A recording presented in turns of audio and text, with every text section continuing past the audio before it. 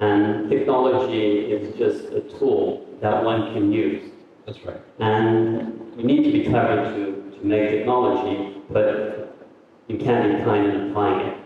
Yeah. And I do think that for most of all, you should also feel very at ease, not only in being clever, but equally being kind in what you do. Yeah. And the demonstration of what you've built and what Amazon is doing, and in similar ways, different conversations over the years we've had of this idea that business is a harsh environment, there's a very important humane side of it. Yes. And then what we do is really we put technology and cleverness to the service of others. Mm-hmm. And you can do that in a way which is kind and valuable. Yes. And I think long-term thinking squares these things. So whenever you're in a situation where it seems that the short-term, you're doing a business deal with someone, and if you think you're never going to deal with them again, then maybe you would come to a certain answer.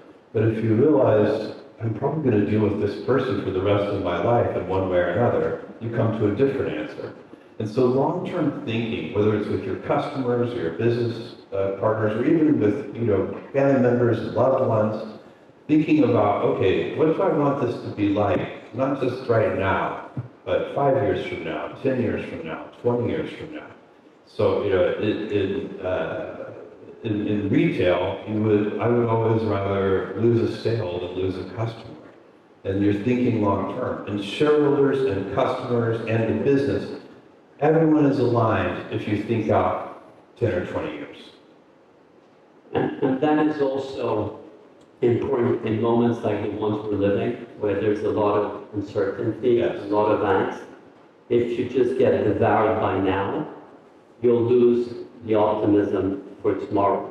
And I do feel that if you do look at long term, and if you think on decades rather than months, yes, what matters today is important for 10 years. Yes. And if you have that idea that 10 years things will be better and that we will have made progress, it helps today and it does relieve a lot of angst. It also helps you decide what to focus on. So if, in a world that's rapidly changing, and because of AI and all the technologies we have, and the dynamism in the world, so many things are changing, and they're changing so rapidly.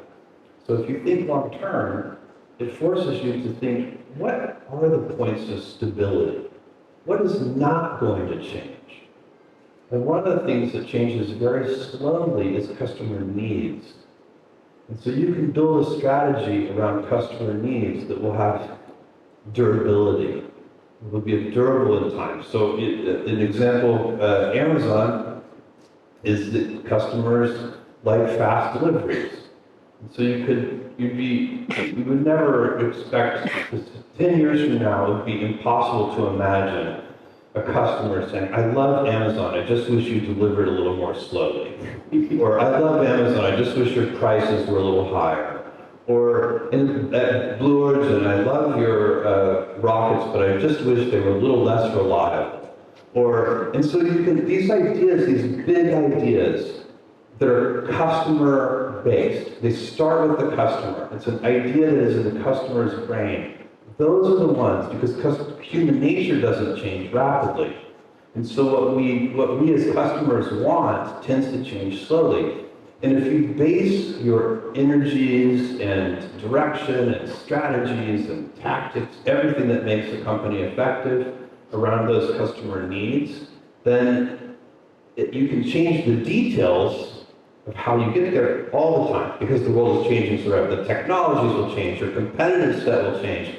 Everything will change except those needs.